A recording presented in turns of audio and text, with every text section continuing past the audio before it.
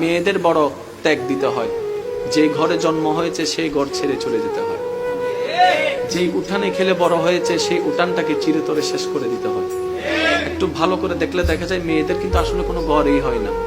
বাবার কাছে থাকলে বাবার বাড়ি, স্বামীর কাছে থাকলে স্বামীর বাড়ি, ছেলের কাছে থাকলে ছেলের বাড়ি, নিজেদের আসলে কোনো বাড়ি হয় না। মা জাতি বড় অদ্ভুত। আমি মাঝে মধ্যে ভাবি, আল্লাহ যদি মা জাতিকে সবরের পাহাড় না দিতেন, পৃথিবীতে সংসার শব্দটা টিকতো না, পৃথিবীতে পরিবার শব্দটা টিকতো না।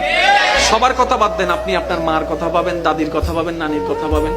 আমাদের মা, আমাদের দাদি, আমাদের নানি যে ত্যাগটা দিয়েছেন, যে সহ্যটা করেছেন, ওনারা যদি অধৈর্য হতেন আজকে কারো পরিবার কিন্তু ঠিক থাকতো না। সেজন্য আল্লাহ পাক তাদের অন্তরকে ধৈর্যের পাহাড় বানিয়ে দিয়েছেন। সুবহানাল্লাহ। এগুলা ওনাদেরকে বেতন দিয়ে কিংবা ওনাদেরকে বিনিময় দিয়ে এটার নিয়ামত পাওয়া যাবে না, এটা শুকরিয়া আদায় করা যাবে না। সেজন্য আমি অনুরোধ করব, সন্তানরা মা বাবার প্রতি আন্তরিকতা শ্রদ্ধা রাখুন, স্বামীরা স্ত্রীর প্রতি মায়া ভালোবাসা রাখবেন, মুরব্বীদের প্রতি শ্রদ্ধা রাখবেন। কারণ ওই মহিলাদের ত্যাগ, ওই মা বোনদের, দাদি নানিদের ত্যাগ আমরা কখনো টাকা দিয়ে বিনিময় দিয়ে কখনো প্রতিদান দেওয়া যাবে না। আমরা দিতে পারি একটা ভাবে, প্রতিদান নয়, সেটা হচ্ছে মায়া দিয়ে, ভালোবাসা দিয়ে, সম্মান দিয়ে। আল্লাহ আমাদের সবাইকে বুঝার তৌফিক দান করুন। এবার ইমানদার ভাইরা একটু মনোযোগ দিবেন। কষ্ট হচ্ছে আপনাদের? সবকিছু কোরআনে, কোরআনটা আল্লাহ ফিট করে দিলেন নবীর অন্তরে। ঠিক আছে, এই কথাটা একটু মনে রাখবেন। এবার সামনে আসেন। প্রথমে বিয়ে দিবেন কাকে? বড়জন, তারপরে সেজ, তারপরে ছোট। 1 2 3 4 5। আমি আবার বলছি, একটু ইসলাম কি মারামারি শিখায় না মহাব্বত শিখায়? আপনারা বলেন ইসলাম কি মারামারি শিখায় না মহাব্বত শিখায়?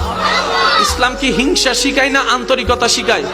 আরে ইসলাম তো সেই ধর্ম, নবী রাহমাতুল লিল আলামিনকে যখন তায়েববাসীরা পাথর দিয়ে স্বাগতম জানিয়েছে, নবী রাহমাতুল লিল আলামিন বদদুয়া দেওয়ার বদলতে দোয়া দিয়ে ফেরত এসেছেন। সুবহানাল্লাহ।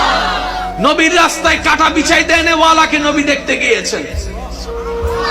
আপনি আমি সেই নবীর উম্মত।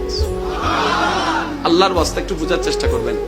প্রথম, দ্বিতীয়, তৃতীয়, বড়, মেজ, ছোট। বিয়ের সময় বড়, মেজ, ছোট, এই নিয়ম সহজে ভাঙ্গা। আমরা সবাই আল্লাহর বান্দা, আদম নবীর উম্মত, আল্লাহর বান্দা। বান্দা হিসেবে আমরা সবাই এক, কিন্তু উম্মত হিসেবে কিন্তু আমরা ভিন্ন ভিন্ন। এবার বলেন তো, উম্মতের ভিতর সবচেয়ে বড় ভাই কার নবীর উম্মত? আদম নবীর উম্মত। দুনিয়াতে সর্বপ্রথম কোন নবী এসেছেন? তো ওনার উম্মতেই সবচাইতে সিনিয়র।